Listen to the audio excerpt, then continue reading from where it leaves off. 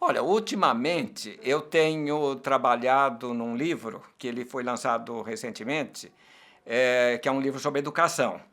Escola como Desejo e Movimento. Nesse livro, eu acho que ele é um grande condensado de tudo que eu ando pensando pelos últimos muitos anos. É um livro transdisciplinar, porque ele é um livro dentro da educação, mas a psicanálise não está fora dele. Ela está sempre se articulando, ela está sempre montando, ela está sempre construindo conceitos em outros campos do conhecimento. Eu acho que a psicanálise é muito rica por isso, porque ela te dá ferramentas para que você possa pensar a cultura. E isso eu chamaria de uma nova forma epistemológica de pensar. Um pensamento muito mais complexo do que um pensamento reducionista. Sem a educação nós não vamos chegar em lugar nenhum.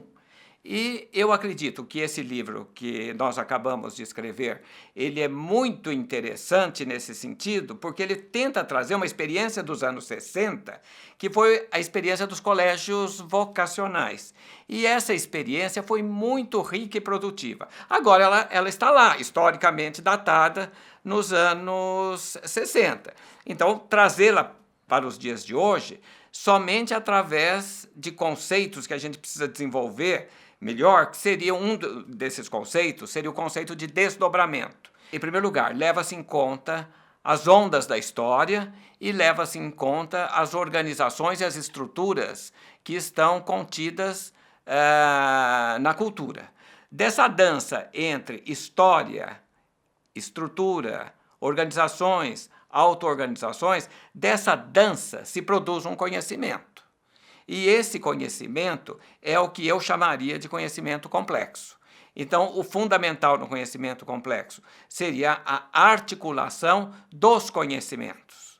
E eu acredito que o modelo atual, que é um modelo ainda muito disciplinar, é um conceito que tenta repartir os conhecimentos como forma de chegar a um aprendizado. O vestibular, inclusive, esse gargalo que se cria, no fundo, todas as escolas ficaram com propósito, quer queira ou quer não, acho que umas mais, outras menos, mas a ideia de conteúdo. E a ideia de conteúdo abstrai-se muito da vida, a questão do desejo, a questão de como se encontrar consigo mesmo e com o coletivo. Porque hoje, muitas vezes, se procura produzir alunos que venham preencher um vácuo do que o mercado está precisando. A pessoa que é vocacionada para um determinado caminho que ela escolheu, e que coloca isso em movimento na vida dela, ela tem um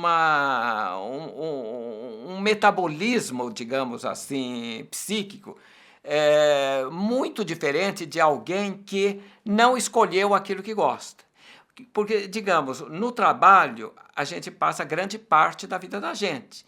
E se esse trabalho não fizer eco com as nossas tendências e os nossos desejos, isso obviamente vai produzir sintomas tanto nas subjetividades como nos grupos de subjetividades que vão compor as coletividades.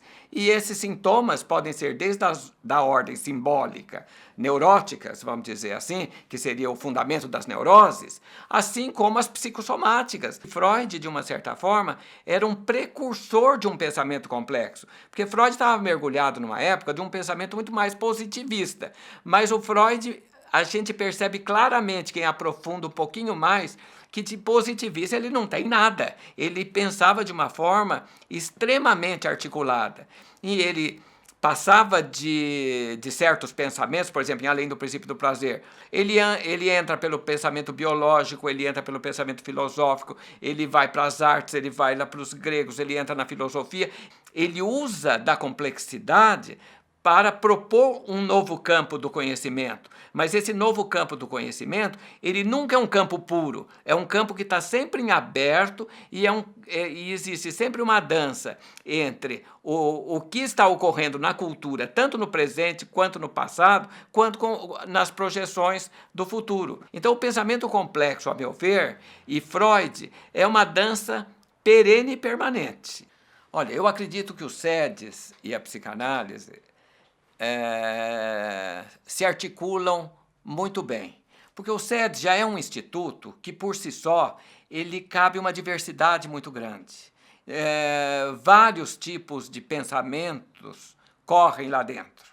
Não há nenhum patrulhamento, não há censura de pensamento.